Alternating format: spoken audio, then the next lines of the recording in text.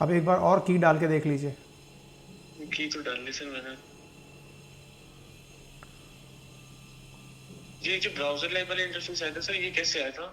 आप इसको मतलब रिफ्रेश मार दो, अब रिफ्रेश मार दो। मुझे लग रहा है कि अच्छा, आ गया आ गया आ गया। सर ठीक है, बाकी मैं जो ब्राउजर लाइव वाला था इसी को एक बार देख लेता हूँ क्यों आया ये। हाँ, क्योंकि मैं ना जब भी रिफ्रेश करता हूँ तो वो ब्राउज़र लाइव का ऑप्शन दिखाने शुरू कर देता है, अक्सर ऐसा होता है इसमें। कोई नहीं, मैं स्ट्रीम रिक्रिएट करके से 6-7 बार देख लेता हूँ। है ना, आप क्रिएट करके देख लीजिए। चल गया क्या, क्लास चल गया क्या? हाँ चल गया सर, परफेक्ट है। ठीक है ब्राउजर ठीक लाइव है। वाला और था क्या इसको एक दिक्कत बार हुआ था? देख लेता हूँ। पता नहीं सर, मैंने की दोबारा डाली उससे चल गई, बाकी जो ब्राउजर लाइव था मुझे लगता है उसने इशू कुछ क्रिएट किया था, वो मैं चेक कर लेता हूँ एक नई स्ट्रीम बना के 6-7 बार रिफ्रेश करके ठीक है प्राइवेट बनाऊंगा। ठीक है ठीक है, थैंक यू।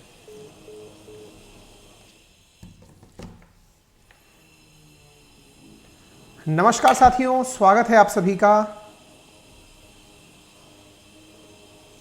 आपकी अपनी पाठशाला पर। मैं हूं अंकित अवस्थी, आप हैं मेरे साथ में इकोनॉमिक्स के सेशन में, जिसमें हम बैंकिंग के अंदर आज खुले बाजार की प्रक्रिया यानी कि ओपन मार्केट एक्शंस के बारे में चर्चा करेंगे। मैं पहले ही क्लियर कर देना चाहता हूं कुछ बातें। ये जो बैच आप देख रहे हैं, ये बैच फाउंडेशन बैच है। फाउंडेशन का मतलब ये मेरा वो वाला बैच है जिसमें मैं खुद ज्योग्राफी, पॉलिटी, इकोनॉमी और हिस्ट्री पढ़ाता हूं। फिलहाल हम लोग इकोनॉमी पर हैं, ये दो चीजें मैं करा चुका हूं, अब हम इसमें चल रहे हैं।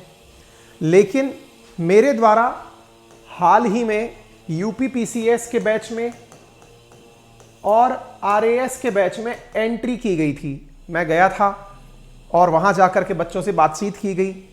तो सैटरडे को तो मैं यूपीपीसीएस वालों से मिलने गया था। उन बच्चों ने डिमांड करी कि सर आपने हमारे लिए ज्योग्राफी ओपन कर देना है। क्यों करना है? क्योंकि उनका एग्जाम नजदीक है और वो चाहते हैं कि वो मुझसे ज्योग्राफी पढ़ें। तो मैंने उनके लिए ज्योग्राफी ओपन कर दिया है। ठीक है, यूपीपीसीएस के लिए। देखो भाइयों, इन सभी के लिए मैंने बेहतरीन टीम्स लगाई हुई हैं। सिमिलरली आरएएस वाले बच्चों के लिए भी मैंने इकोनॉमिक्स में 2-2 टीचर लगाए हुए हैं। उसके बावजूद भी इनकी मंशा थी कि मैं इनके लिए इकोनॉमिक्स मेरी वाली ओपन कर दूं, तो मैंने इनके लिए मेरी वाली इकोनॉमिक्स ओपन कर दी है। ठीक है, अब फिर से सुन लीजिए। जो भी विद्यार्थी फिलहाल इस कक्षा में उपस्थित हैं, ये क्लास चलाई जा रही है फाउंडेशन बैच की। फाउंडेशन बैच की क्लास आरएएस के विद्यार्थियों द्वारा, नटराज बैच के विद्यार्थियों द्वारा डिमांड किए जाने पर उनके लिए भी यह बैच ओपन किया गया है। इसलिए मेरी विशेष रूप से उन विद्यार्थियों से गुजारिश है जो इस बैच से यहां पधारे हैं, जिनके लिए ऑलरेडी मेरे द्वारा 2-2 टीचर्स लगाकर क्लासेस कराई गई हैं, और भी क्लासेस करा दूंगा अगर आप चाहेंगे, लेकिन आपको फिर भी मुझसे ही पढ़ना है, तो कृपया करके आप शांतिपूर्वक धैर्य बनाकर पढ़ें। फाउंडेशन बैच आराम से चलने वाला बैच होता है, तसल्ली से डिटेल में बेसिक्स के साथ चलने वाला बैच होता है। आपसे गुजारिश रहेगी कि आप कृपया शांति व्यवस्था बनाए रखें, क्लास में किसी प्रकार का उपद्रव ना मचाएं, कमेंट्स बार बार करके मुझे परेशान ना करें जिससे मेरा फ्लो बिगड़े। ठीक है, ये आप सबसे मेरी रिक्वेस्ट रहेगी। ठीक है, चलें साहब। विकास गोदारा जी, बिल्कुल बढ़िया से हो जाएगा। हाँ जी, पूनम लिख रही है माधव बैच वाली इकोनॉमिक्स पढ़ लें क्या? वो आपकी मर्जी है, आप पढ़ना चाहती हैं तो पढ़िए। मैं फिर से इस आरएएस वाले बैच में, जहां पर मैंने माधव बैच चलाया था प्रीलिम्स के लिए, उस बैच के अलावा भी फिर से इनका पूरा कंटेंट कंप्लीट कराऊंगा, जो मतलब नटराज फाउंडेशन के लिए जरूरी है। ठीक है, सारे टीचर्स को मैंने बोल दिया है और जिनको नहीं मैसेज हुआ है उनको भी हो जाएगा। जो जो पोर्शंस उनके बचे हैं वो कंप्लीट करा दिए जाएंगे। ठीक है, अब शांतिपूर्वक तरीके से पढ़ना शुरू करते हैं। चलिए, सबसे पहले हमने जो क्लासेस पढ़ाई हैं और जो विद्यार्थी एकदम आज ही लैंड हुए हैं वो पुरानी क्लासेस जाके देख लें। फिलहाल हम टाइटल पर हैं, ओपन मार्केट ऑपरेशंस में। इससे पहले वाले सेशन में मैं बता चुका था कि सरकार को जब आरबीआई से कर्जा चाहिए होता है तो वो गवर्नमेंट सिक्योरिटी यानी कि सरकार अपने द्वारा लिखित में एक पत्र देती है जिसको कहती है कि भैया सुनो, हमें इतने दिन के लिए ये पैसा उधार चाहिए। तो ये जो पैसा उधार मांगने का जो प्रक्रम होता है, सरकार जब अपनी गारंटी पर पैसा उधार मांगती है तो इसे ओपन मार्केट ऑपरेशंस में गवर्नमेंट सिक्योरिटीज की खरीद फरोख्त कहा जाता है। अब थोड़ा सा इसको आसान भाषा में और करते हैं। मैंने आप लोगों को एक बात समझाई थी, और वो क्या समझाई थी कि जो आरबीआई है, मैंने आपको समझाया था कि जो आरबीआई है, आरबीआई वो बैंक का बैंक है। जितनी भी बैंक्स हैं हमारे पास, चाहे वो एसबीआई हो, चाहे वो एचडीएफसी हो, चाहे वो एक्सिस हो, चाहे पंजाब नेशनल बैंक हो, इन सभी बैंकों को अगर कभी पैसे की जरूरत पड़ती है तो ये सब जाते हैं आरबीआई के पास। ये मैं अभी तक बता चुका हूं, फिर भी कनेक्ट करने के लिए समझ लीजिए। अगर इन्हें धन की जरूरत पड़ गई कि सर हमारे पास कस्टमर्स बहुत ज्यादा आ गए, लोन की आवश्यकता पड़ गई, हमें पैसे की जरूरत है, तो ये सब लोग आरबीआई के पास जाते हैं। इसीलिए आरबीआई को कहा जाता है बैंकर्स बैंक। क्या कहा जाता है? बैंकर्स बैंक कहा जाता है। यानी बैंक वालों का बैंक अगर कोई है तो उसका नाम क्या है? आरबीआई है। ठीक है साहब, चलिए यहां तक समझ में आया। अब जब यह बैंकर्स बैंक है तो यहां पर इस बैंक से सरकार को भी कई बार पैसे की जरूरत पड़ती है। सरकार को पैसे की जरूरत पड़ती है तो क्योंकि ये खजाना रखे हुए है अपने पास।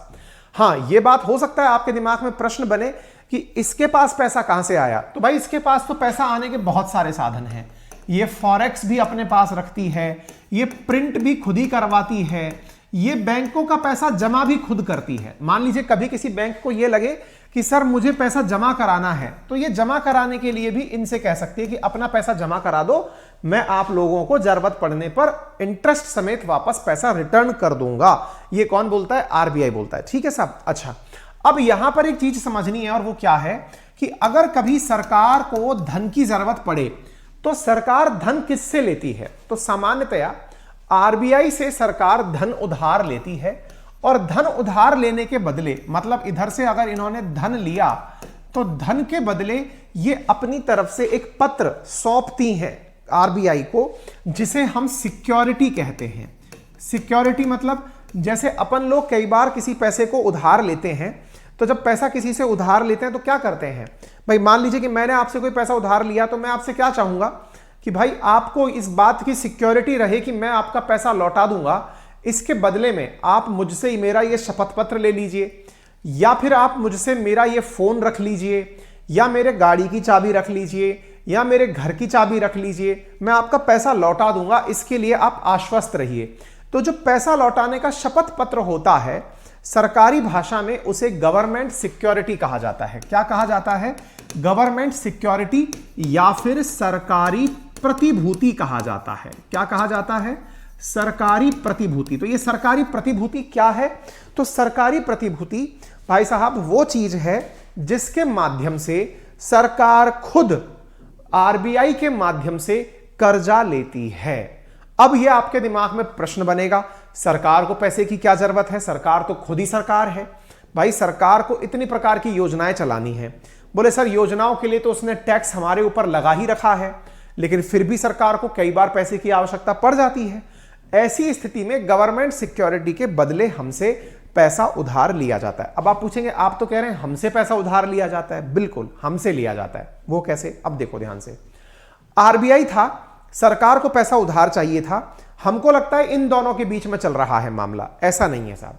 गवर्नमेंट सिक्योरिटी जब सरकार को दी जाती है कि साहब ये पकड़िए और हमें धन दे दीजिए, आरबीआई बड़ा समझदार है, वो सरकार से कहता है सर मैंने पैसा तो दे दिया आपको, बदले में मुझे क्या मिलेगा? सरकार कहती है कि ठीक है, हम इंटरेस्ट समेत आपको पैसा वापस लौटा देंगे। बोले ठीक है, डिसाइड कर लीजिए इंटरेस्ट समेत लौटाएंगे या ज्यादा पैसा देंगे, जो भी आपको ठीक लगे बता देना। बोले ठीक है। अब इनके पास पैसा पहुंचे ये कैसे सुनिश्चित होता है? आरबीआई बड़ी चालाकी से इन बैंक वालों से कहता है कि देखो भाई, मेरे पास सरकार की गारंटी है, सरकार ने खुद कहा है कि वो अपने आप का पैसा आपको लौटा देगी। अगर आप लोगों को अपना पैसा मुझ तक पहुंचाना है तो मैं आपको जो सरकारी सिक्योरिटी मुझे मिली है वो मैं आप लोगों को देने को तैयार हूं। अब यहां पर ध्यान से समझने की बात है, सरकारी जो सिक्योरिटी होती है ना, जो गवर्नमेंट सिक्योरिटी आरबीआई को दी जाती है, उसकी वैल्यू सबसे ऊपर मानी गई है। क्यों? क्योंकि उसके डूबने के चांसेस मिनिमम हैं। अगर कोई चीज अगर डूब गई, जैसे मान लो कल को मैं आपको मेरी गाड़ी की चाबी दे गया कि सर ये गाड़ी की चाबी रख लो, मुझे 1 लाख रुपए कर्जा दे दो, लेकिन पता चला मैं गाड़ी आपको कोई ऐसी दे गया जिसमें इंजन ही नहीं था, या मैं गाड़ी ऐसी दे गया जो चोरी की थी, खटारा थी, आप उसको बेचने निकले, खुद ही फंस गए। ऐसी स्थिति में आपको ट्रस्ट नहीं होगा कि सामने वाले की चीज गिरवी रखी तो कोई फायदा निकला कि नहीं निकला। लेकिन अगर सरकार आपके सामने कोई सिक्योरिटी रखकर जा रही है तो इसका मतलब यह हुआ कि सरकार का ही फेल होना ही केवल ऐसी स्थिति होगी जब हमारी सिक्योरिटी के बदले पैसे नहीं मिलेंगे, अदरवाइज तो एकदम सेफ एंड सिक्योर हम हैं ही, ठीक है ना। तो ऐसी स्थिति में सरकारी सिक्योरिटी हमें प्रॉपर तरीके से आश्वासन देती है कि हमारा पैसा सुरक्षित है, ठीक है। इसी वजह से बैंक वाले भी क्या चाहते हैं कि जब ये पैसा जमा कराएं कभी आरबीआई में, जिसके बदले इन्हें इंटरेस्ट मिलता है, तो वो करते समय भी इन्हें प्रॉपर तरीके से गवर्नमेंट सिक्योरिटी खरीदने का मौका मिल जाए। तो ये लोग क्या करते हैं, मान लीजिए किसी ने 1 लाख रुपया आरबीआई में जमा कराया, तो वो जमा करा के ये कहता है कि सर सुनिए 1 लाख रुपया ले लीजिए और मुझे आप अपनी तरफ से गवर्नमेंट सिक्योरिटी जो आपको सरकार ने दी है वो मुझे दे दीजिए। इस प्रकार से ये सारी बैंक वाले अपना पैसा जमा करा करके आरबीआई से गवर्नमेंट सिक्योरिटी नामक बॉन्ड ले लेते हैं, क्योंकि वो भी ये मानते हैं कि बेटा आरबीआई तुम फेल मार गए, तुम्हारा कोई भरोसा नहीं है, हमें सरकार पर विश्वास है, कम से कम अगर हमारा पैसा डूब गया तो हम सरकार से पैसा मांग तो लेंगे कि सरकार हमारे पास आपका दिया हुआ पत्र है जिसमें लिखा है कितना पैसा लौटाओगे। उम्मीद है अब आपको यह बात भी क्लियर हो गई होगी। चलें थोड़ा और आगे बढ़ते हैं। आज का सेशन क्या है? आज का सेशन है ओपन मार्केट ऑपरेशंस। हालांकि ये जो बात मैंने आपको अभी बताई है बहुत जल्दी से 2 मिनट में जो खत्म की है, इसके ऊपर मैंने लास्ट वाला जो लेक्चर है पूरा 1 घंटे का इसी चर्चा पर दिया है, पर चूंकि मैं इसको वापस से कनेक्ट करा रहा हूं, सैटरडे संडे की ऑफ थी आप लोगों की, इसलिए क्लासेस नहीं हो पाई थी, तो ऐसी स्थिति में अब कनेक्ट अगर हो गया है तो आज के सेशन में हम लॉन्च होते हैं। आज है ओपन मार्केट ऑपरेशन। अब इसमें क्या है, देखिए ओपन मार्केट ऑपरेशन में आरबीआई ने एक व्यवस्था की हुई है कि अगर देश से महंगाई को नियंत्रित करना है, क्या नियंत्रित करनी है? महंगाई को या फिर मंदी को, ठीक है, इनको अगर कंट्रोल करना है, इन्फ्लेशन या फिर डिफ्लेशन, इनको कंट्रोल करना है तो कुछ तरीके या कुछ हथकंडे अपनाने होंगे। बोले क्या करना होगा भाई? बोले महंगाई को कंट्रोल करना है तो सीधा सा पहले कारण समझो, महंगाई होती क्यों है। बोले सर महंगाई तब होती है जब किसी चीज की मांग ज्यादा होती है और सप्लाई कम होती है। बोले कन्फर्म है? बोले कन्फर्म है। महंगाई तभी होती है? बोले हाँ। डिमांड ज्यादा और सप्लाई कम तो समझो महंगाई होगी। बोले ठीक है। बाय द वे डिमांड ज्यादा क्यों होती है भाई? ये भी एक बड़ा प्रश्न है, डिमांड ज्यादा क्यों होती है? बोले डिमांड ज्यादा तब होती है जब लोगों के पास धन होता है, अर्थात लोगों के पास धन अर्थात लिक्विडिटी जिसका उपयोग किया जा सके, तरलता। अगर किसी के पास तरलता ज्यादा है तो तरलता ज्यादा होने पर मांग भी ज्यादा होगी, और मांग ज्यादा होगी और उसके एवज में अगर सप्लाई कम है तो निश्चित ही महंगाई बढ़ेगी। इसका अब तरीका क्या निकाला जाए? अब इसका कोई उदाहरण है क्या सर? बिल्कुल उदाहरण है। आप देखिएगा कभी दिवाली के टाइम पर अपने सरकारी कर्मचारियों को एक निश्चित ग्रेड पे से नीचे वाले जो कर्मचारी हैं उनको सरकार के द्वारा वो दिया जाता है, क्या कहते हैं उसको, बोनस दिया जाता है। अगर आपने देखा हो रेलवे कर्मचारियों को, केंद्रीय कर्मचारियों को, राज्य सेवा के कर्मचारियों को सरकार के द्वारा बोनस दिया जाता है। जब सरकार के द्वारा बोनस दिया जाता है तो बोनस जैसे ही मिलता है टीचर्स को, तृतीय श्रेणी कर्मचारियों को, है ना, तो उनको जब बोनस मिलता है वो बोनस मिलते ही बाजार पहुंच जाते हैं। बाजार, दिवाली का बाजार सजा होता है। दिवाली का, त्योहारों के सीजन पे सामान्यतः बोनस दिया जाता है, तो वो बोनस लेकर बाजार में पहुंचते हैं। बाजार में एकदम हरियाली आ जाती है, बाजार खुशहाल हो जाता है कि खरीदार बहुत आ गए। तो खरीदार जब बहुत आ जाते हैं तो दुकानदार कभी भी बार्गेनिंग नहीं करता। बार्गेनिंग नहीं करता इसका मतलब लेना है तो लो, नहीं तो आगे बढ़ो। अगर आपने देखा हो कई जगह ऐसा है, जैसे कि इंडियंस की एक आदत बताई गई है पूरी दुनिया में कि ये कहीं पहुंच जाए बार्गेनिंग किए बिना नहीं रह सकते, कि भैया इतने का माल है, इतना का दोगे क्या? आप अगर सर्दियों में, अभी तिब्बती मार्केट लग जाएगा, सर्दी के कपड़े आपके क्षेत्र में बिकने आएंगे, तो तिब्बत के लोग आकर के आपके क्षेत्रों में कपड़े बेचते हैं वुलन के। तो आपने वहां देखा होगा पहले ऐसा हुआ करता था, तिब्बती मार्केट में कोई भी व्यक्ति जाए उनको बेचारा दुखी कर देता था। वो बेचारा 500 का कोई स्वेटर बेच रहा है, 400 का देगा क्या? 400 में तैयार हो गया, 300 का देगा क्या? 300 में तैयार हो गया, 200 का देगा क्या? और फिर एंड में मोल भाव करके छोड़ और आते थे।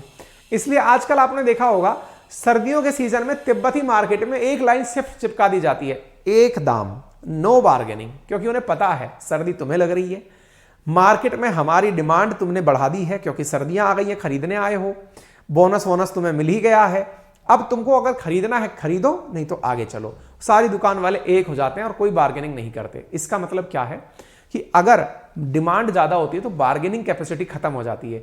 आपको फिर लगता है भाई दे दे, महंगा सस्ता बाद में देख लेंगे, ठीक है। एग्जैक्टली यहां पर क्या है कि लिक्विडिटी अगर बढ़ गई तो डिमांड बढ़ेगी और डिमांड के चलते सप्लाई पिट जाएगी। इतनी बात समझ में आनी चाहिए। अच्छा, अब सवाल बनता है सर लिक्विडिटी को कंट्रोल करने के लिए क्या करें। अब इसका तरीका ढूंढते हैं। देखिए, आदमी बड़ा लालची होता है। क्या लालची होता है? मैं आपसे अगर ये कहूं कि बेटा ये 1 लाख रुपए हैं, जाओ और इससे एक फोन खरीद लाओ, लेकिन मैं उसी समय आपसे ये कह दूं कि सुनो 1 लाख रुपए इस बैंक में जमा करा दो, फोन अगले महीने खरीद लेना। बोले इससे क्या फायदा होगा? बोले अगले महीने तुम्हें 1,10,000 रुपया मिल जाएगा या 1,05,000 रुपया मिल जाएगा। 5,000 रुपए से कुछ और बढ़िया पार्टी कर लेना यार, कोई अपनी टी शर्ट भी खरीद लेना, जीन्स भी खरीद लेना। बोले सर मन तो अभी था, पर चलो 1 लाख रुपए की जगह 1,10,000 अगर मिल जाए तो क्या बुरा है। ठीक है सर, अगले महीने खरीद लेंगे।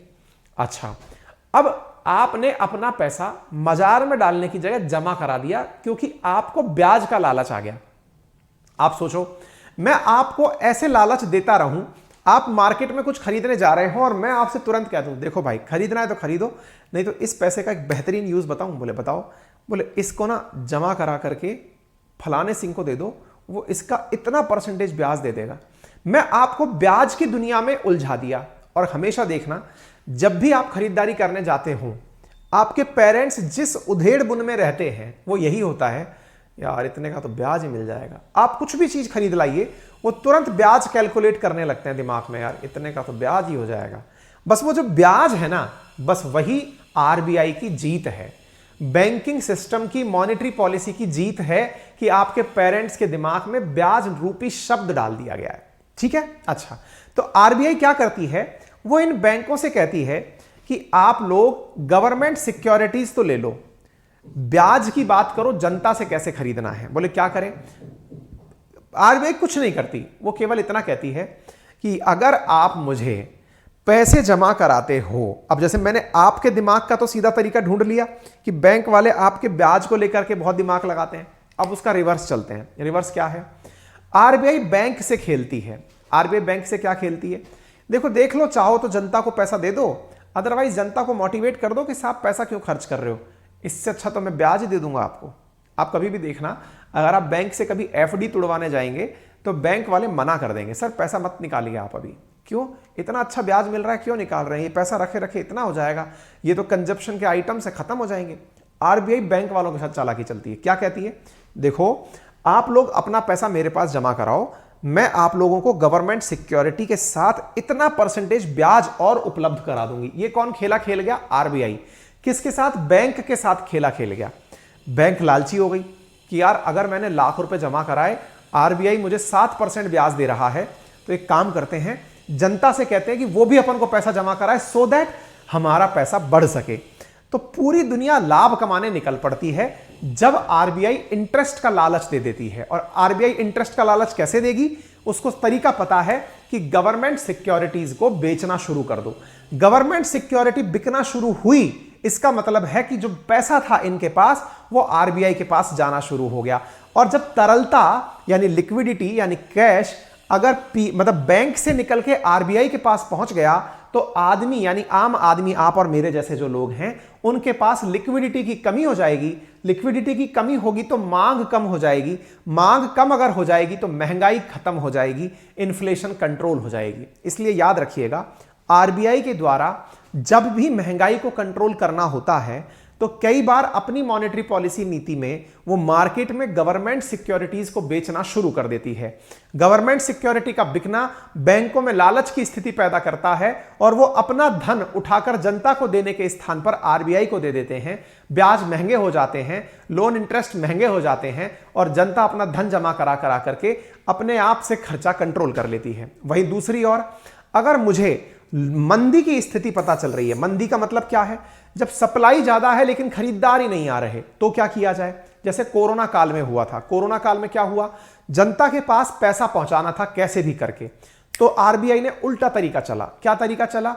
बोले मैं गवर्नमेंट सिक्योरिटीज को बेच रहा हूं। यानी कि भैया बात ऐसी है कि मैं आरबीआई गवर्नमेंट सिक्योरिटीज को खरीद रहा हूं। कौन बोला? आरबीआई बोला कि मैं अपनी गवर्नमेंट सिक्योरिटी वापस ले रहा हूं भाई, मुझे वापस चाहिए, मैं आप लोगों को नहीं देना चाहता भाई, जिसने लोन दिया है उसकी मर्जी है, वो दे तो दे, नहीं तो नहीं दे, मेरी गवर्नमेंट सिक्योरिटी लौटा दो। तो फिर लोगों ने, बैंकों ने कहा सर तो हमारा पैसा, बोले पैसा ले जाओ अपना वापस, लो पकड़ो, तुमने 1 लाख रुपए दिया था ना, ये पकड़ो तुम्हारा 1,10,000, तुमने 1,20,000, तुम्हारा 1,20,000, तुमने 1 लाख, पकड़ो अपना पैसा लेके जाओ। पैसा लेके गए। अब बैंक वाले खोपड़ी खुजाल रहे हैं कि यार अपने पास पैसा आ गया, इसका क्या करें अब? बोले इसको जनता को दे दो, कम से कम ब्याज तो मिलेगा। तो ये बैंक वाले खटाखट जनता को ब्याज देना शुरू कर देते हैं सस्ती दरों पर। तो कोरोना काल में जो इंटरेस्ट रेट कम हुई थी, उसके पीछे का बड़ा कारण क्या था? ओपन मार्केट ऑपरेशंस, यानी कि गवर्नमेंट सिक्योरिटीज को खरीदा और बेचा गया था उस दौर में। तो जब भी मंदी की स्थिति आ रखी हो, मार्केट में डिमांड कम हो रखी हो, तो ऐसी स्थिति में डिमांड को बढ़ाने के लिए लिक्विडिटी को इंक्रीज किया जाता है, तरलता को बढ़ाया जाता है। तरलता बढ़ने से क्या होता है? लोगों के पास धन आता है, धन आता है तो क्या होता है? मांग बढ़ती है, मांग बढ़ती है तो फिर सप्लाई कंट्रोल हो जाती है, यानी कि पहले से जो सप्लाई में संकट था कि सप्लाई तो थी लेकिन मांग कोई खरीद नहीं रहा था, वो मैनेज हो जाता है। ठीक है, तो उम्मीद है कि आप लोगों को ओपन मार्केट ऑपरेशन समझ में आ गया होगा। ठीक है, हरि विष्णु नारायण सर आप अंकित अवस्था, आप हिस्ट्री नहीं पढ़ाएंगे? पढ़ाएंगे, मैं बोल चुका हूं मॉडर्न हिस्ट्री पढ़ाऊंगा, चिंता मत करिए, और आर्ट एंड कल्चर भी पढ़ाऊंगा। ठीक है, चलिए, अरे हाँ भाई हिस्ट्री भी पढ़ाएंगे, पहले इस चीज को तो खत्म होने दो ना। बिल्कुल, इसके इकोनॉमी के जस्ट बाद हिस्ट्री शुरू होगी। ठीक है, तो ओपन मार्केट ऑपरेशन समझ में आ गए, उम्मीद है क्लियर हो गया होगा। एक बार थम्स अप कर दीजिए, ओपन मार्केट ऑपरेशन क्या है। ठीक है, अब जो लोग आज ही पहली बार जुड़े हैं उन्हें दिक्कत आएगी, क्योंकि मैं 2 दिन से इतनी अच्छे से सारी चीजें समझा रहा था, अब आप लोगों के चक्कर में वापस से मुझे रिवाइज कराना पड़ा। खैर कोई नहीं, ओपन मार्केट ऑपरेशंस की बात क्लियर हो गई। अच्छा, एक चीज और है, और वो क्या है?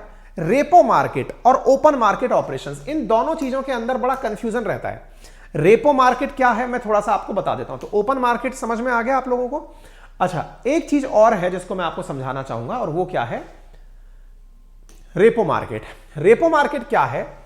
ऐसी स्थिति के अंदर मनी के समय, मान लीजिए ऐसा है, अगर आप लोगों को धन चाहिए एक निश्चित समय के बाद में, अगर आपको धन खरीदने का विकल्प दिया जाए तो इसे रेपो बाजार कहा जाता है। कई बार क्या होता है, जो खेला आरबीआई खेल रही थी वो तो आपको समझ में आया कि आरबीआई ने ओपन मार्केट ऑपरेशंस के माध्यम से जनता तक पैसा पहुंचा दिया। कई बार बेचारी बैंक भी तो परेशान हालत में होती हैं, जैसे यस बैंक के साथ हुआ था। यस बैंक के साथ क्या हुआ था? अचानक वो खराब स्थिति में पहुंच गई थी। खराब स्थिति में पहुंच गई, जनता ने लाइन लगाकर पैसा निकालना शुरू कर दिया कि हमारा पैसा वापस दो। तो ऐसी स्थिति में बैंकों के पास कोई तरीका है क्या जिससे कि वो बच सकें? हां जी बिल्कुल है। क्या तरीका है? If the seller of money keeps the option to buy back his money after a certain time, then it is called repo market. मतलब मैं आपसे लोन चाहता हूं, बैंक ने खुद ने, पहले तो देखो ओपन मार्केट ऑपरेशंस किसने चलाए थे? आरबीआई ने चलाए थे। कुछ बच्चों की डिमांड आ रही है कि उन्हें इकोनॉमिक्स की किताब इंडिविजुअली दे दी जाए। यार फिर हमारे सेट बिगड़ जाएंगे, हमने फिक्स सेट बनाए हुए हैं, है ना। तो जो हमारा मतलब ये जो फाउंडेशन का जो नोट्स का ये बनाया हुआ है ना, पूरा बंडल जो हमने बनाया हुआ है, ये बंडल में से अगर इकोनॉमिक्स निकाल के आपको दे दी गई तो हमारा ये पूरा सेट बिगड़ जाएगा भाई। इसके लिए हम क्षमा प्रार्थी हैं आपसे, है ना। हाँ, तो हम क्या कह रहे हैं, ध्यान से सुनिएगा। रेपो मार्केट किसको कहा गया है? रेपो मार्केट का मतलब हुआ कि यदि बैंक को पैसे की जरूरत है, वो खुद से सिक्योरिटी देने पहुंच गई आरबीआई के पास या किसी अन्य बैंक के पास कि भैया मैं अपनी सिक्योरिटी वापस लेने आ जाऊंगा, मुझे पैसे दे दो, दैट इज रेपो मार्केट। इसमें बैंक खुद से क्या करती है? अपनी सिक्योरिटी गिरवी रखने जाती है, ठीक है, लेकिन ये गारंटी देकर जाती है कि मैं इसको वापस खरीदने आऊंगा। क्लियर है? चलिए, हां जी, तारा देवी कर देंगे बेटा, उसको भी कर देंगे, ठीक है। नरसिम्हा समिति की सिफारिश के ऊपर यह हुआ था इस रेपो मार्केट के अंदर, ये बात मैंने बता दी। अच्छा, अब बैंक रेट क्या होती है? कई बार ऐसा होता है कि बैंकों को आरबीआई से लंबे समय के लिए लोन चाहिए होता है। जैसे रेपो रेट पर 28 दिन के लिए लोन लेते हैं। अगर किसी को, मान लीजिए कोई बैंक ऐसी है जिसकी आर्थिक स्थिति काफी खराब है, उसे चाहिए कि साहब मुझे लंबे समय के लिए लोन दे दो आप, तो आरबीआई के द्वारा लॉन्ग टर्म लोन जब दिए जाते हैं तो वो ज्यादा ब्याज पे दिए जाते हैं, क्योंकि आरबीआई ये नहीं चाहता कि कोई बैंक उसकी वजह से चले। आरबीआई चाहता है जनता से पैसा लो, जनता में लोन दो और अपने आप से चलो, मेरे दम पर मत चलो। लेकिन अगर तुम मेरे दम पर चल रहे हो तो मुझे ज्यादा ब्याज दो, क्योंकि मुझे डर है कि तुम ढंग से बैंकिंग कर नहीं रहे हो। ठीक है, तो ऐसी स्थिति में जो लॉन्ग टर्म लोन की बात होती है वो बैंक रेट पर दी जाती है, यह बात आपको पता होनी चाहिए। यह हमेशा रेपो रेट से ज्यादा होती है, और जब भी आप एग्जाम देने जाएं तो इसको क्रॉस चेक करके जाइएगा कितना उस समय चल रहा है ना। जैसे अभी 6.75% जब नोट्स बने थे उस समय, हो सकता है अब ऊपर नीचे हो गया हो, आप क्रॉस चेक कर लीजिएगा। ठीक है, यह भी उधार देने की दर ही है। एक और फैसिलिटी है जिसे मार्जिनल स्टैंडिंग फैसिलिटी कहते हैं। इसमें क्या है, जैसे मैंने बैंक रेट कहा लॉन्ग टर्म के लिए, लॉन्ग समय के लिए चाहिए होता है, ऐसे ही कमर्शियल बैंक्स को कभी कभार बहुत कम समय के लिए लोन की आवश्यकता पड़ती है, तो भी ऐसी स्थिति में मतलब एमएसएफ का उपयोग किया जाता है। अब आपके दिमाग में एक सवाल आएगा, एमएसएफ का उपयोग किया जाएगा, सर कंफ्यूजन ये है, आपने रेपो रेट पे भी लोन लेना बताया कि 28 दिन तक शॉर्ट टर्म रेपो रेट है, ले सकते हो। एमएसएफ के थ्रू भी बैंक लोन ले सकती है, बैंक रेट के थ्रू भी बैंक लोन ले सकती है। इन सब में फिर अंतर क्या है? मैंने कहा देखो, बैंक रेट के थ्रू यानी ज्यादा ब्याज पे जब लोन लिया जाता है तो बैंक रेट पर लिया जाता है, क्योंकि बैंक आरबीआई ये मानती है कि तुमसे बैंक चल नहीं पा रही है, फिर भी चलो तुम्हें ब्याज चाहिए तो ज्यादा इंटरेस्ट पे दूंगा ताकि तुम्हें वो पेनल्टी जैसा लगे, तुम्हें लगे कि तुमको पनिशमेंट दिया गया है। चलो ये बात समझ में आ गई। लेकिन कई बार मार्जिनल स्टैंडिंग फैसिलिटी जब बहुत शॉर्ट टर्म के लिए लोन चाहिए होता है तो आपके दिमाग में आएगा सर फिर तो रेपो रेट पे ले लेना चाहिए। मैंने कहा देखो ध्यान से समझना, रेपो रेट पर लोन तभी मिलता है जब बैंक अपनी गवर्नमेंट सिक्योरिटी जमा कराती है। दोबारा सुनिएगा, पूरा की पूरा व्यापार बिना ब्याज के, बिना सिक्योरिटी के, बिना गिरवी रखे कुछ भी नहीं होता है। जितने भी प्रकार के लोन हैं उन सब में गवर्नमेंट सिक्योरिटी दी जाती है, लेकिन मार्जिनल स्टैंडिंग फैसिलिटी एक ऐसा लोन है जिसमें जनरली यह माना जाता है कि जितना तुम्हारी नेट डिमांड और टाइम लायबिलिटी है इसका 1% तक हम तुम्हें लोन दे सकते हैं, लेकिन इसकी एवज में हम आपसे क्या नहीं लेंगे? गवर्नमेंट सिक्योरिटी नहीं लेंगे। दोबारा सुनिएगा, बड़ी इंटरेस्टिंग बात है। अगेन मैं कहूंगा जिन्हें आज का लेक्चर समझ नहीं आ रहा, पिछले 3 लेक्चर देखिए, उनको आज समझ में आएगा। जो आज ही पधारे हैं उनसे गुजारिश है पिछले 3 देखिए, और जो फाउंडेशन बैच के विद्यार्थी हैं उन्हें निश्चित ही आज का सेशन समझ में आ जाएगा। ठीक है, दोबारा सुनिए क्या कह रहा हूं। मार्जिनल स्टैंडिंग फैसिलिटी क्या है, क्लियर करिएगा, दोबारा से सुनिएगा। देखिए, नंबर 1, हर बैंक अपनी बैंक जब भी कोई लोन चाहती है आरबीआई से, तो उसको पता है कि उसके पास एक सरकारी प्रतिभूति, गवर्नमेंट सिक्योरिटी नामक चीज है जिसे वो आरबीआई को गिरवी रखेगी और उसके बदले वो लोन ले लेगी। लेकिन विचार कीजिए कि किसी बैंक के पास गवर्नमेंट सिक्योरिटी खत्म हो गई, है ही नहीं उसके पास। बोले सर उसके पास एसएलआर है तो सही, उसका वो यूज नहीं कर सकता। सर सीआरआर है तो सही, उसका भी यूज नहीं कर सकता। उसने एक्स्ट्रा गवर्नमेंट सिक्योरिटी कभी खरीदी नहीं थी आपातकाल के लिए, तो अब क्या करे? ऐसी आपात स्थिति में भी उसे पैसे की जरूरत पड़ गई, अब क्या करे?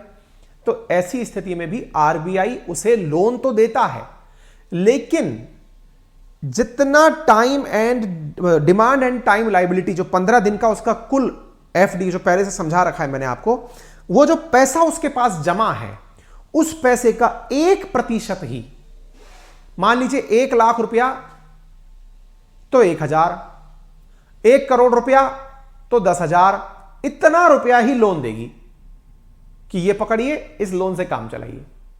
बोले सर इससे दिक्कत नहीं हो जाएगी? हमने कहा क्या दिक्कत हो जाएगी? सर देखिए, अगर मान लीजिए इतना सा लोन मिलेगा तो बैंक सरवाइव कैसे करेगी? तो बोले पहले सोचना चाहिए था आपको अपनी बैंकिंग के अंदर। बट सर ये तो ऐसा हो गया जैसे पर्सनल लोन होता है, हमें भी कोई ऐसा लोन मिलता है क्या जिसमें हमें कोई सिक्योरिटी नहीं देनी पड़ती? मिलता है ना, पर्सनल लोन मिलता है।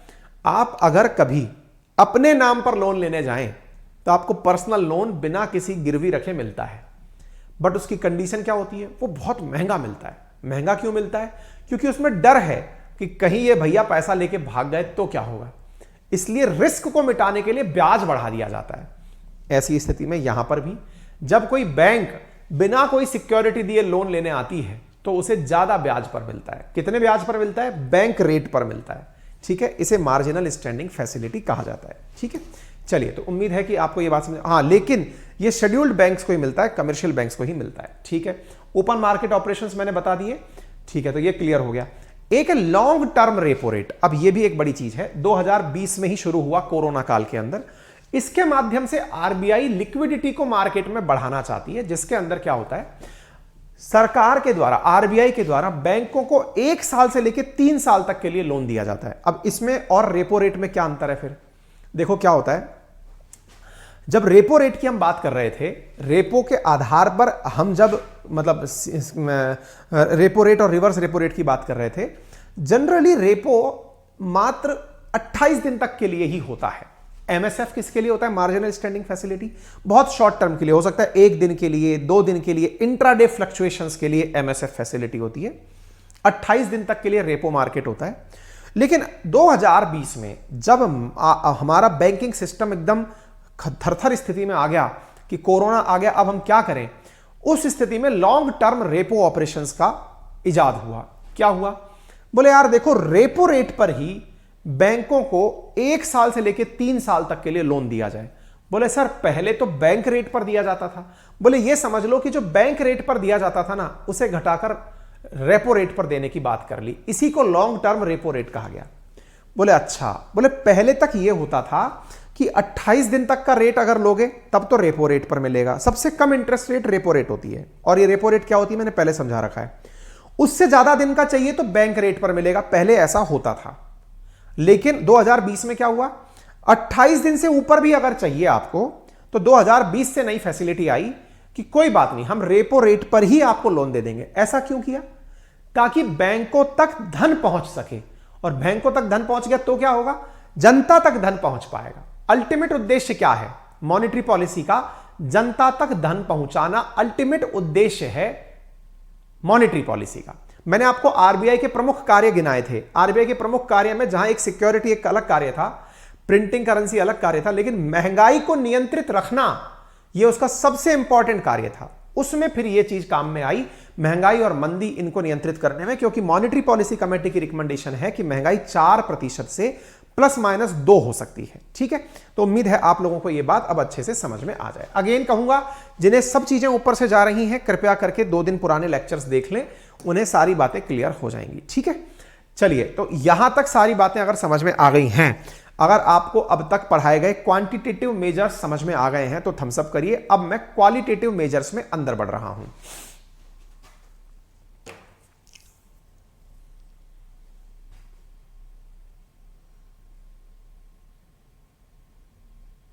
अजय, बिल्कुल।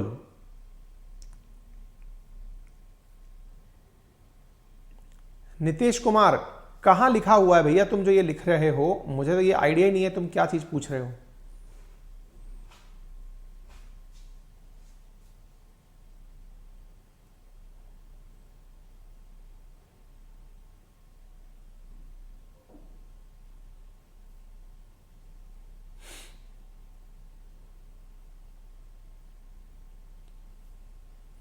नितेश, बार बार एक ही शब्द लिखे जा रहे हो, इसका मीनिंग बता दो भाई। पुष्पेंद्र पढ़ाएंगे भैया। सर किसी ने अगर एमएसएफ नहीं लौटाया तो क्या होता है? अब ये वाला जो मैं आगे पढ़ा रहा हूं वही होता है। अब आगे वाला जो है ना वही होगा। अगर किसी ने कुछ गलती करी तो ये होगा जो मैं बता रहा हूं। विक्रम, नोट्स में हूबहू लिखा है। मैं तो कह ही रहा था कि जो मैं मेरे नोट्स पढ़ा रहा हूं मेरे ही नोट्स है। पूरा फाउंडेशन बैच में मैंने मेरे ही नोट्स पढ़ाए हैं, इसीलिए मैंने कहा भी था मेरी क्लासेस और फाउंडेशन के नोट्स अगर किसी के पास हैं तो फिर उसे टेंशन लेने की आवश्यकता नहीं है। विक्रम समझ में आ गया, विकास समझ में आ गया, ब्रजेश वेरी गुड, अजय आनंद अब वो नहीं हुआ तो वो समझा देंगे। अभी क्या अगर किसी ने पैसे नहीं लौटाए तो क्या होगा वो समझ में आ जाएगा। पुष्पेंद्र मैं ही पढ़ाऊंगा बेटा, है ना।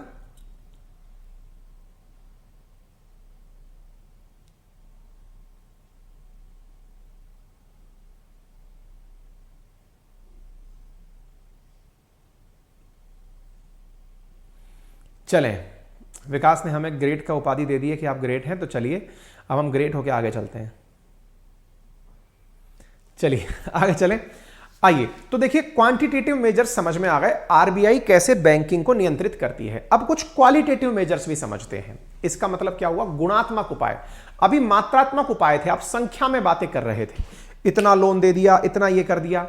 एक बात बताइए, जैसे मैं आपको कल का उदाहरण देता हूं, कल मेरे बच्चों को झूले झूलने जाना था, है ना। मैं इसको आप व्यवहारिक तौर पे समझ पाएंगे कि पिता की भूमिका और उसके साथ साथ आरबीआई की भूमिका समझ पाएंगे। देखिए, कल मेरे बच्चों को झूला झूलने जाना था, उन्होंने मुझसे पैसे नहीं मांगे, तो क्या मांगी, परमिशन मांगी, क्योंकि पैसे देने वाले तो उनके पास में बहुत थे भाई। वो अपने बाबा दादी से भी पैसे मांग सकते थे, है ना, अपनी बुआ से पैसे मांग सकते थे, मम्मी से पैसे मांग सकते थे, पर उन्हें परमिशन की दिक्कत थी कि यहां पर अल्टीमेट वीटो पापा का चलता है।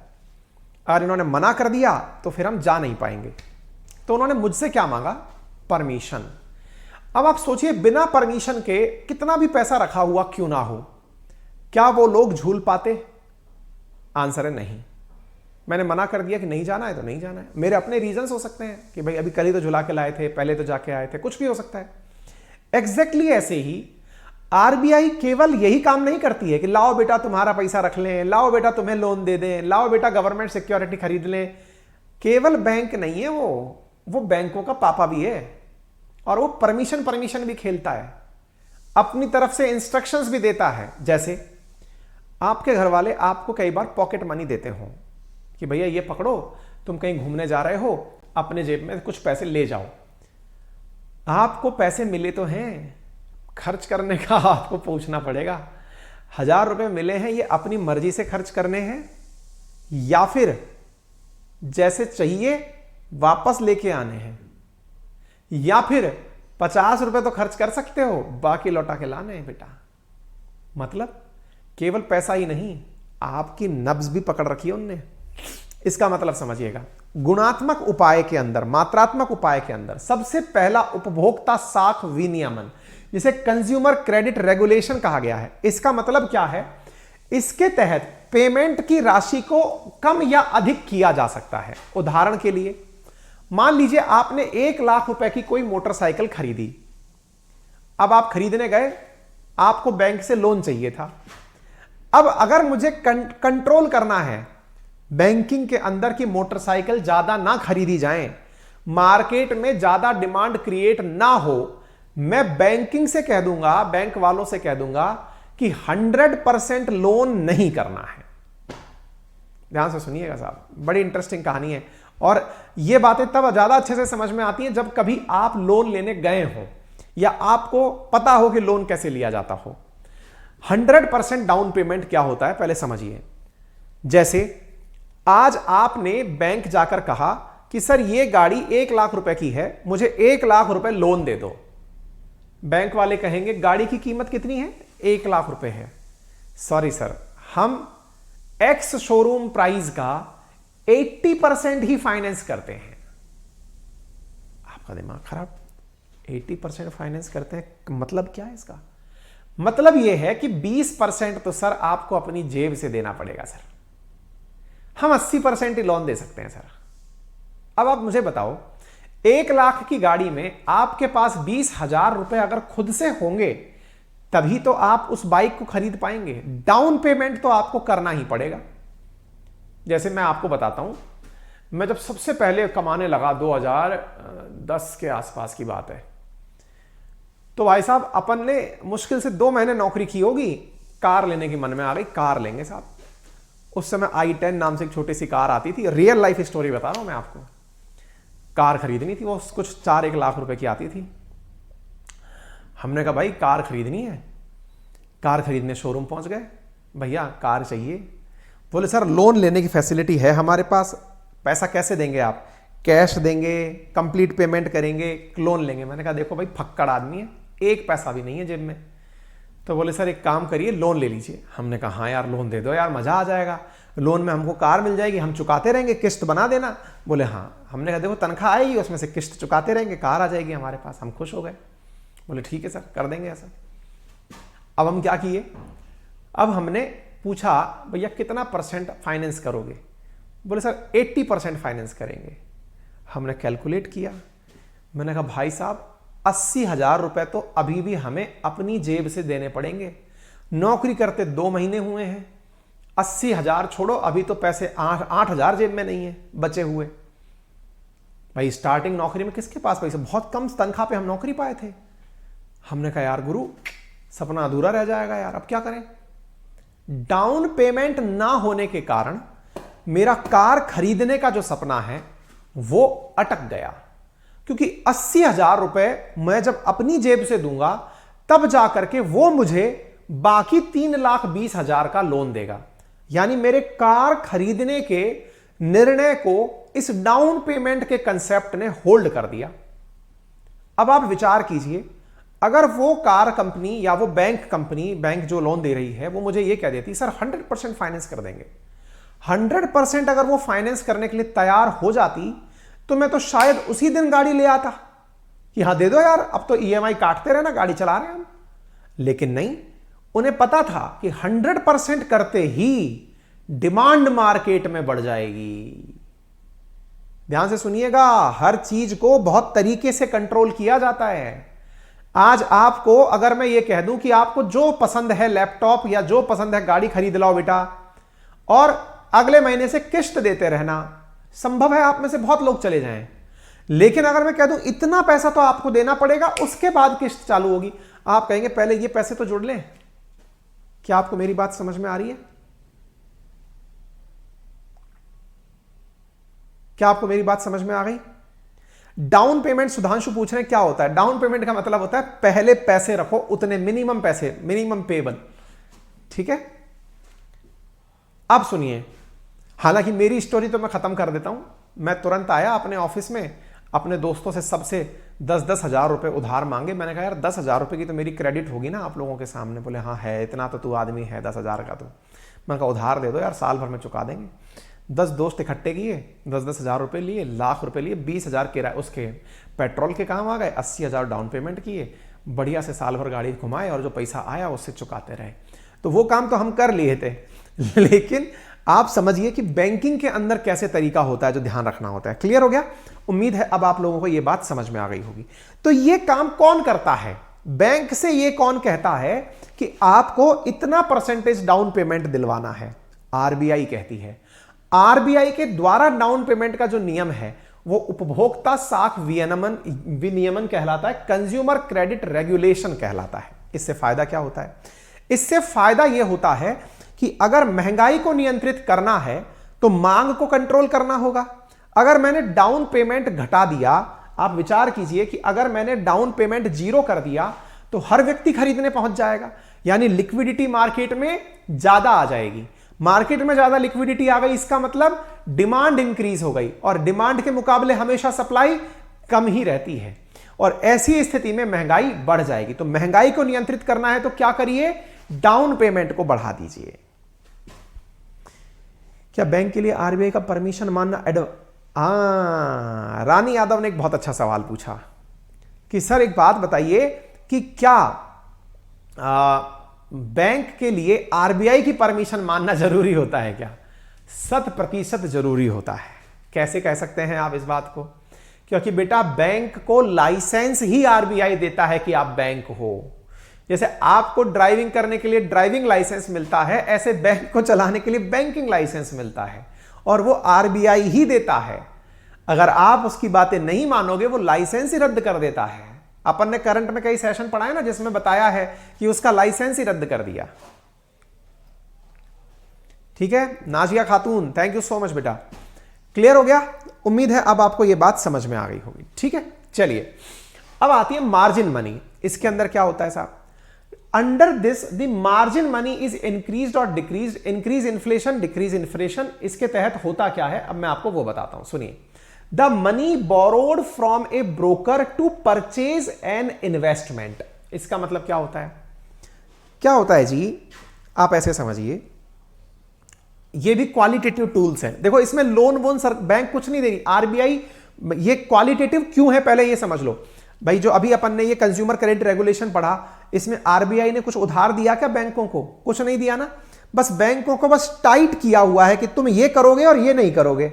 अच्छा अब एक और चीज सुनो, देखो क्या होता है, आप जितना भी ब्याज पे पैसा लेते हो ना, उस पैसे के एवज में बैंक को कुछ क्रेडिट पॉइंट्स मिलते हैं। इसका मतलब समझो, money borrowed from a broker to purchase an investment. दोबारा सुनिएगा, money borrowed from a broker, broker से उधार लिया गया पैसा, to purchase an investment, margin money कहलाता है। अर्थात मान लो कि आपने, जैसे अभी एनपीए वगैरह आप पढ़ेंगे आगे चल करके, कोई ब्याज पर पैसा, मतलब नॉन परफॉर्मिंग एसेट है आपने, अब ये भी मुझे समझाना पड़ेगा नॉन परफॉर्मिंग एसेट क्या है, आगे समझाएंगे। आप उसको आसान भाषा में ऐसे समझिए कि बैंकिंग में कोई भी काम होता है ना, वो बिना ब्रोकेज के नहीं होता है। अगर किसी बैंक से आपने लोन लिया, मान लो मैंने 1 करोड़ रुपए लोन लिया, तो जो बैंक का एम्प्लॉई है ना, जिस मैनेजर ने मेरी फाइल चलाई है या जिसका मैं सबसे पहला केस था, उससे ब्रोकेज मिलेगा। ब्रोकेज मिलेगा कि हां भाई, आपको लोन दिलाने पर, चूंकि 1 करोड़ का लोन दिलाया है, तो आपको 1 लाख रुपया इनाम दिया जाएगा। बैंक वाले करते हैं ऐसे। आपका अगर कोई जानने वाला हो तो पूछिएगा। बैंक में हर चीज की ब्रोकेज चलती है, हर चीज की ब्रोकेज। ऐसे ही अगर कोई कंपनी है जिसे आपसे लोन चाहिए, जो बड़ा अमाउंट चाहती है, तो फिर आरबीआई क्या करती है, बैंक से कहती है कि ब्रोकेज कम कर दो या ब्रोकेज बढ़ा दो। इससे क्या होगा, ब्रोकेज कम होगा तो लोगों का इंटरेस्ट लोन दिलवाने में कम हो जाएगा। ब्रोकेज बढ़ाना अगर बोल दिया तो आप हर किसी को टोपी पहनाना शुरू कर देंगे। जैसे एलआईसी के थ्रू इंश्योरेंस कराने में आपके बहुत सारे घर के रिश्तेदार आपके पास आ जाएंगे कि एक एलआईसी का वो करा लो। क्यों? क्योंकि एलआईसी ने सबको ब्रोकेज बांट रखा है, जो करवाएगा उसको इतना परसेंटेज मिल जाएगा। तो हर रिश्तेदार सोचता है बस इसको एक एलआईसी चिपका दो, मेरा पैसा बन जाएगा। ठीक है, ब्रोकेज कंट्रोल करना भी आरबीआई द्वारा किया जा सकता है। ठीक है, अच्छा, अब होता है, मतलब ये हो गया। इसके अलावा रेशनिंग ऑफ क्रेडिट, ये बड़ी इंटरेस्टिंग चीज है। इसमें क्या होता है, देखो, आज जैसे ना बैंक बहुत सारे सेक्टर्स में लोन देती है, उनमें सबसे बड़ा सेक्टर है प्राइमरी सेक्टर। अब ये क्या होता है, प्राथमिक क्षेत्र। माना जाता है कि बैंक जो लोन देती है उसका लगभग 40% उन्हें प्राइमरी सेक्टर में लैंड करना होता है। इकोनॉमी के अंदर primary sector, secondary sector, tertiary sector, ये हमने पढ़े हैं। प्राइमरी सेक्टर का मतलब हुआ खेती, खेती से जुड़ी हुई एक्टिविटीज, अदर एक्टिविटीज, जैसे किसी को ट्रैक्टर खरीदना है, खेती से जुड़ा हुआ है, किसी को पंप सेट लगवाना है, किसी को बीज खरीदना है, किसी को खाद खरीदना है, किसी को गोडाउन बनाना है, किसी को क्या कहते हैं उसको, अपने अरे यार, जिसके तहत फसलों को सुरक्षित रखा जाता है ना, पकी हुए जो अनाज होते हैं उनको कोल्ड स्टोरेज बनाना है। ठीक है, अच्छा, ये सब प्राइमरी सेक्टर लैंडिंग्स हैं। अब अपने कुल लोन का, अगर कोई बैंक, मान लीजिए एसबीआई है, अगर वो 100 रुपया लोन देती है लोगों को, कितना रुपया, 100 रुपया लोन देती है, तो 100 में से 40 रुपया उसे केवल प्राइमरी सेक्टर को देना है। आरबीआई ने इतना तक किया हुआ है कि तुम इतना पैसा इसको दोगे, इतना पैसा इसको दोगे, इतना हर चीज बटी हुई है। इस बटने को रैशनिंग ऑफ क्रेडिट कहा जाता है। क्रेडिट बोले तो लोन, कि आप किसी को अगर लोन दे रहे हो तो उसकी रैशनिंग, रैशनिंग का मतलब वितरण, वितरण का मतलब कि आपने इतना परसेंटेज इसको देना है, इतना परसेंटेज इसको देना है। अब आप सोचिए, आप विद्यार्थी हैं, आप प्राइमरी सेक्टर में नहीं आते, आप बैंक के पास लोन देने गए, आरबीआई ने रैशनिंग करके कह दिया कि प्राइमरी सेक्टर को 50% लोन देना है, आप आते ही नहीं है उसमें, तो बैंक वाले आप पर इंटरेस्ट ही नहीं लेंगे। लेकिन उसका रिवर्स सोचो, आप किसान हैं, आप मछली पालक हैं, आप मुर्गा पालक हैं, आप पहुंच गए, आप जाकर कहे सर लोन चाहिए, अरे आप ही का तो इंतजार कर रहे थे प्रभु, आइए और लोन लीजिए। इसका मतलब किसी पर्टिकुलर सेक्टर को अगर फायदा पहुंचाना हो तो क्रेडिट ऑफ रैशनिंग की जाती है। उम्मीद है अब आपको यह बात समझ में आ जाए। इसके अलावा और क्या किया जाता है, in case of deflation more credit is available to consumers and less credit is available to investors.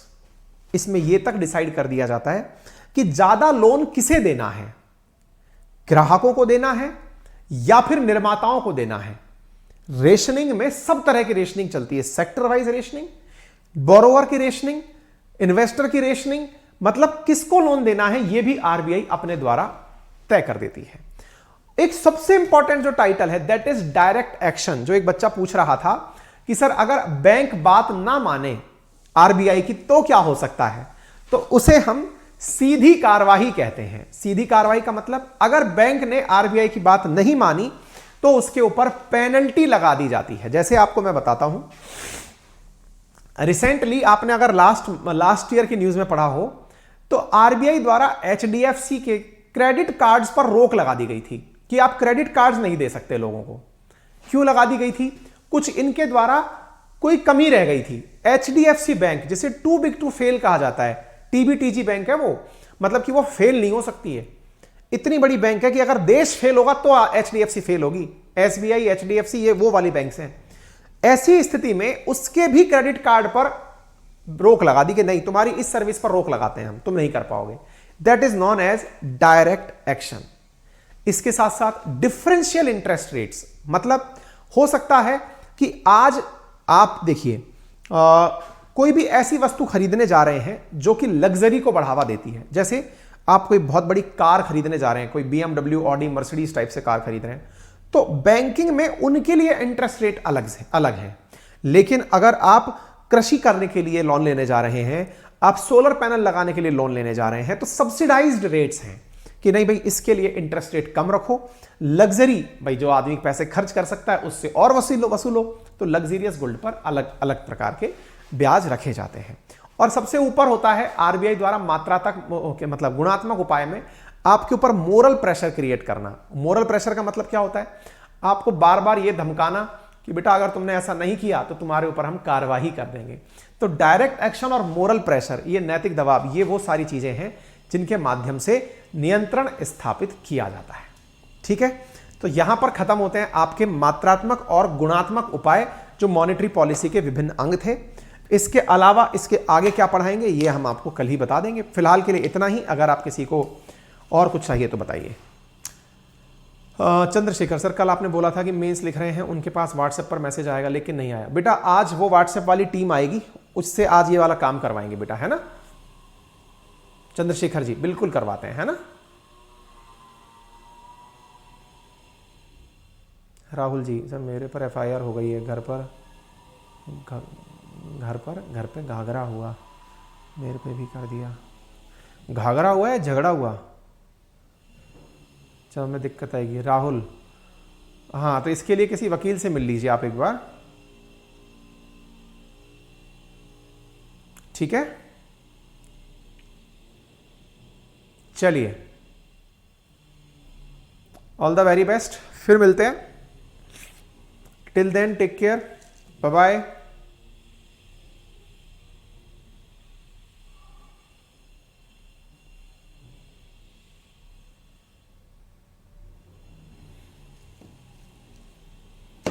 विजय, क्या मुकेश अंबानी आरबीआई से लोन ले सकते हैं? नहीं, शेड्यूल्ड कमर्शियल बैंक्स।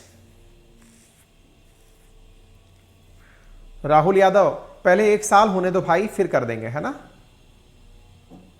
इवनिंग में यूट्यूब पर क्लास है, बिल्कुल, हाँ भाई, इवनिंग में यूट्यूब पर क्लास है।